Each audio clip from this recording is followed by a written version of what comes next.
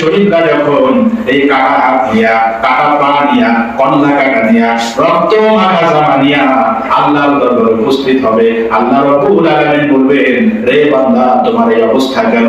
শহীদরা বলবে, রব্বুল আলামিন তোমার জমিনে তোমার দ্বীন প্রতিষ্ঠার কথা বলার কারণে, সত্যের পক্ষে কথা বলার কারণে, অন্যায়ের প্রতিবাদ করার কারণে জালিমরা সহ্য করতে পারে নাই, এজন্য আমাকে তারা অত্যাচার করেছে, আমার উপরে ছুরি চালিয়েছে, আমার উপরে গুলি চালিয়েছে। ওই রক্ত মাখা শরীর নিয়ে আজকে তোমার সামনে দাঁড়িয়ে গেলাম। আল্লাহ রাব্বুল আলামিন বলবেন, রে শহীদ তুমি আমার কাছে কি চাও? শহীদরা বলবে, রব্বুল আলামিন কিছু চাই না, চাওয়ার তেমন কিছু নাই, আরেকটা বার জীবন দাও, আরেকটা বার দুনিয়ায় গিয়ে তোমার দিনের জন্য আরেকটা বার শহীদ হই, আবার যদি জীবন পাই আবার শহীদ হই, আবার যদি জীবন পাই আবার শহীদ হই। তার কারণ হচ্ছে শাহাদাতের মৌতের ভিতরে এত শান্তি আর এত মজা অন্য কোনো মৃত্যুতে মজা নাই।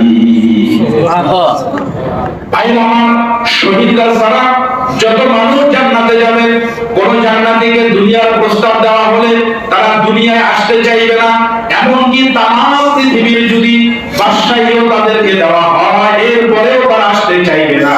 কিন্তু শহীদদেরকে যখন প্রশ্ন করা হবে, রে শহীদ তুমি আর কি চাও?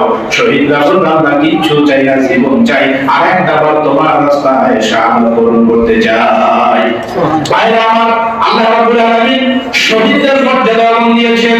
আল্লাহ রাসূল সাল্লাল্লাহু আলাইহি ওয়াসাল্লাম বলেছেন, কিয়ামতের ময়দানে সকলের হিসাব হবে, কিন্তু আল্লাহর রাস্তায় যারা শহীদ হয়, দ্বীনের জন্য যারা শহীদ হয়, শহীদদের কোনো হিসাব নাই, বিনা হিসাবে বিনা বিচারে আমার আল্লাহ তাদেরকে জান্নাত দান করবে।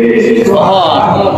ভাইরা আমার, যারা শাহাদাত বরণ করে, শহীদের শরীরের প্রথম ফোঁটা রক্ত জমিনে পড়ার আগে আল্লাহ রাব্বুল আলামিন তার জীবনের যত অপরাধ আছে, যত গুনাহ আছে, আল্লাহ রাব্বুল আলামিন শহীদের রক্ত জমিনে পড়ার আগে তার জীবনের তামাম গুনাহগুলো আল্লাহ মাফ করে দেয়। শাহাদাত বরণ করার সময় শহীদের জন্য জান্নাত নির্ধারিত হয়ে যায়, জান্নাতের জায়গাও নির্ধারিত হয়ে যায়।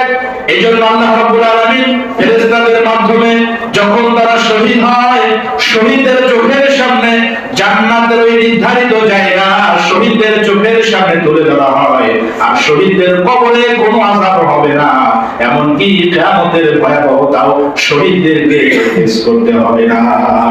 ভাইরা আমার, শহীদদেরকে আল্লাহ রাব্বুল আলামিন সম্মানিত করার জন্য শহীদদের মাথায় একটা মুকুট পরিয়ে দিবেন, আর